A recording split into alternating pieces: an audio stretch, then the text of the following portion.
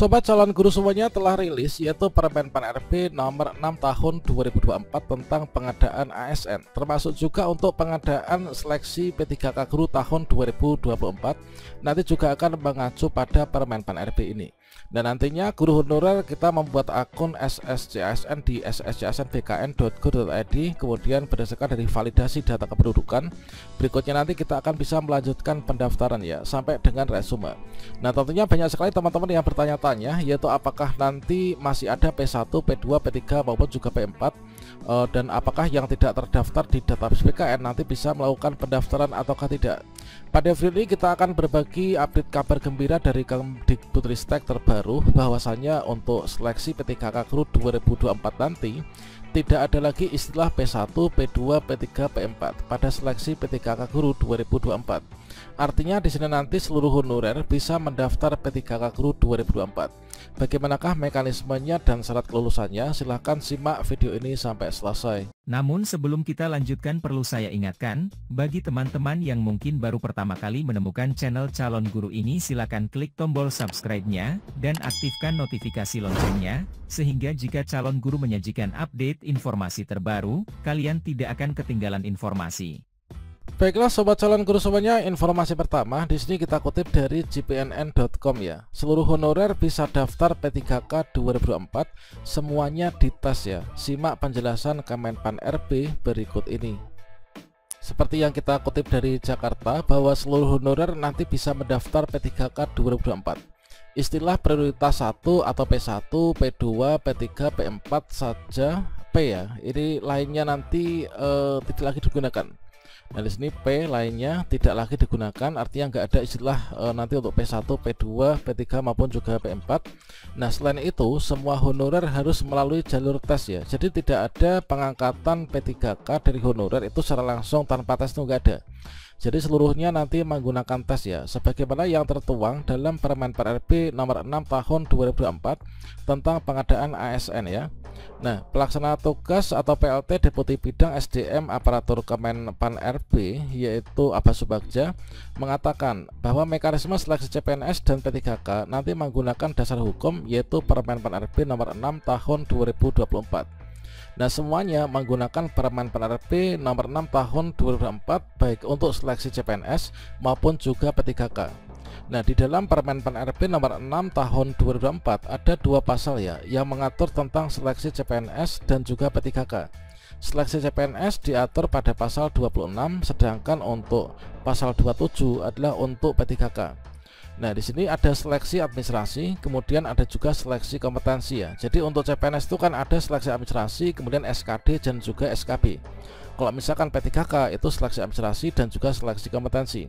Seleksi administrasi itu untuk menentukan setiap honorer itu bisa atau tidak mengikuti seleksi kompetensi nantinya.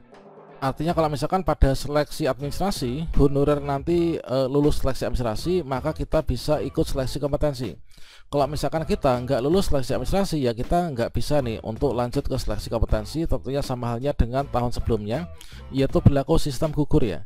Dan di tahun ini nanti juga akan menggunakan e-matre teman-teman. Dan salah satu hal yang banyak membuat teman-teman nggak lulus seleksi administrasi itu adalah di bagian penggunaan e-matre dan juga mencermati informasi persyaratan dari masing-masing instansi yang dilamar ya.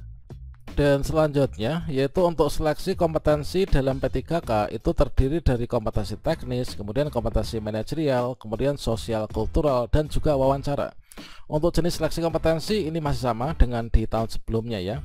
Nah, sementara itu Dirjen Guru Tenaga Kependidikan GTK Kemdikbudristek yaitu Ibu Nurul Suryani dalam seleksi P3K 2024 tidak ada istilah P1 sampai P4. Itu karena semua honorer dan tenaga non ASN ini nanti akan bisa melamar teman-teman. Jadi di sini nanti semua bisa melamar ya, nggak ada lagi istilah P1 sampai dengan P4. Ini adalah ungkap Prof Nunuk. Walaupun tidak ada istilah prioritas, Dirjen Nunuk mengimbau agar P1 jangan berkecil hati. Sebab data P1 sudah masuk database Kemdikbudristek ya. Nantinya mereka akan diberikan afirmasi saat penentuan kelulusan. Jadi meskipun nanti nggak ada istilah P1 sampai dengan P4, untuk teman-teman yang sebelumnya sudah lulus passing grade, di sini nanti ketika penentuan kelulusan akan mendapatkan afirmasi ya. Jadi nggak usah khawatir, termasuk juga P1 dari guru sekolah swasta maupun juga P1 dari lulusan PPG ya.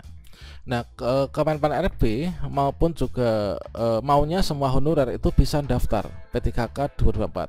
Tetapi saat kelulusan akan ada afirmasi ucapnya. Nah, mengenai kapan pendaftaran P3K 2024 dibuka, Dirjen UNU mengaku belum mendapatkan informasi. Semua menunggu regulasi berupa keputusan Menteri Pan RB terkait tentang penyelenggaraan seleksi P3K guru ya.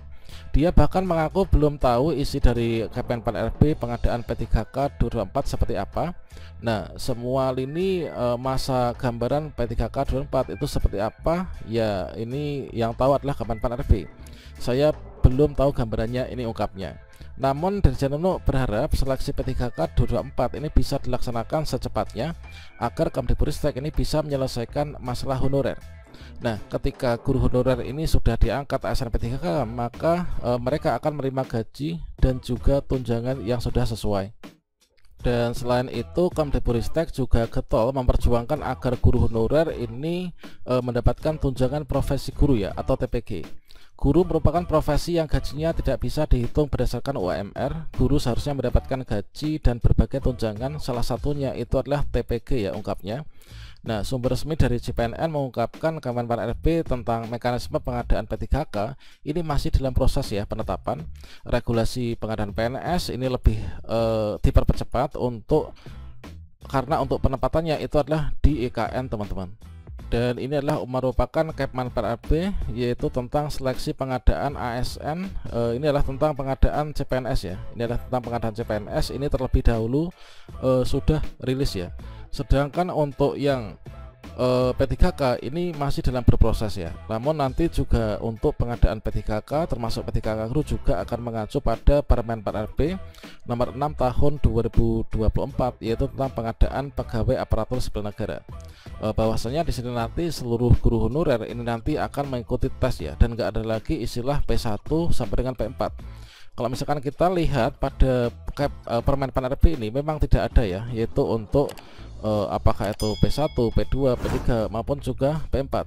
Namun teman-teman yang P1 ini nggak usah khawatir, dikarenakan untuk nantinya itu kita akan mendapatkan afirmasi ketika nanti untuk penentuan kelulusan. Jadi di sini nanti untuk P3K itu adalah kita mengikuti seleksi, dan untuk seleksi di sini ada dua seleksi ya. Yang pertama ini adalah seleksi administrasi, kemudian seleksi kompetensi. Nah, terkait tentang seleksi administrasi ini nanti untuk mencocokkan persyaratan administrasi dan juga kualifikasi dengan dokumen pelamaran. Jadi kalau misalkan nanti pada seleksi administrasi kita nanti lulus, maka kita bisa ikut seleksi kompetensi. Kalau misalkan kita nggak lulus ataupun gugur di seleksi administrasi, ya otomatis kita nggak bisa nih untuk lanjut ke seleksi kompetensi. Oke, itu adalah untuk informasi terkait tentang nanti guru honorer bisa daftar atau enggaknya. Semoga bermanfaat dan semoga tahun ini kita bisa lulus menjadi ASN P3K semua ya.